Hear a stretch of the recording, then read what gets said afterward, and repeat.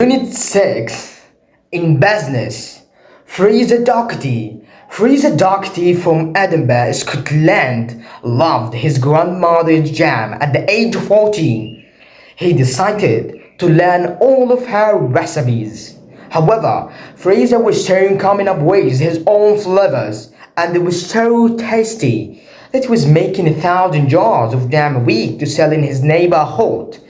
Fraser soon realized that jam making could be lucrative business, and he wanted to move to the factory. So he spoke to various jam manufacturers. Unfortunately, although they liked his recipes, they told him he was too young.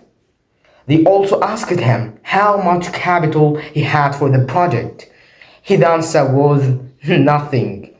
Obviously, they didn't make his idea a very attractive proposition.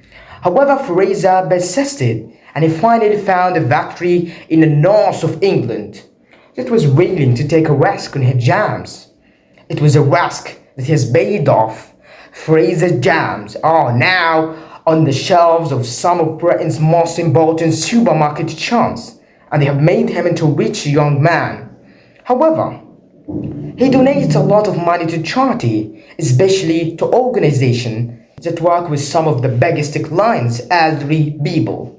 Yasmin El-Safi. Even though the teenage magazine market is enormous, what do you do if you think that the mainstream media doesn't deal with the topics that interest you? As far as the one American Egyptian girl was considered, there was only one answer: write, edit, and produce your own magazine.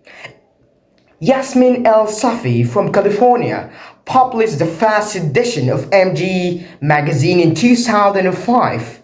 When she was almost 14, the magazine is aimed girls between the ages of 12 and 18 and offers subscribers a wide range of articles from contributors from as far away as Britain and Kuwait. Although Yasmin loves writing, she said that most of her time is now taken up with running the business side of the magazine. In a recent interview, she said she was a writer, photographer, graphic designer, publisher, and salesperson. She also explained that his mother had an important role in the magazine's success, always giving her good business advice. Yasmin has discovered that running your own business is extremely hard work, but at least she can now find a magazine that she thinks is worth reading. Sohad Gopnath. As a young teenager, Sohad Gopnath from Mongolia in India dreamed of being a vet.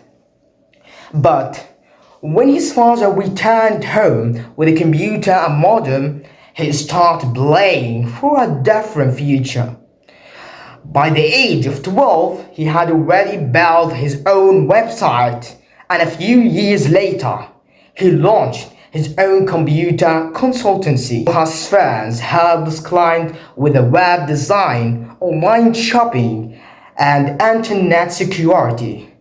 The company is constantly growing, and the result Sohaz is always looking to recruit new staff. Sohaz Ho, with at one time the world's youngest CEO, Chief Executive Officer, told the local newspaper that he wanted to work with the young colleagues.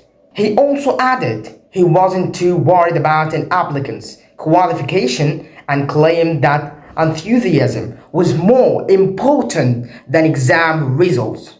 So far, Sohaz's recipe of youth eagerness seemed to be working for him, and his company now has 11 branches around the world, and he was voted Young Global Leader by the World Economic Forum 2008.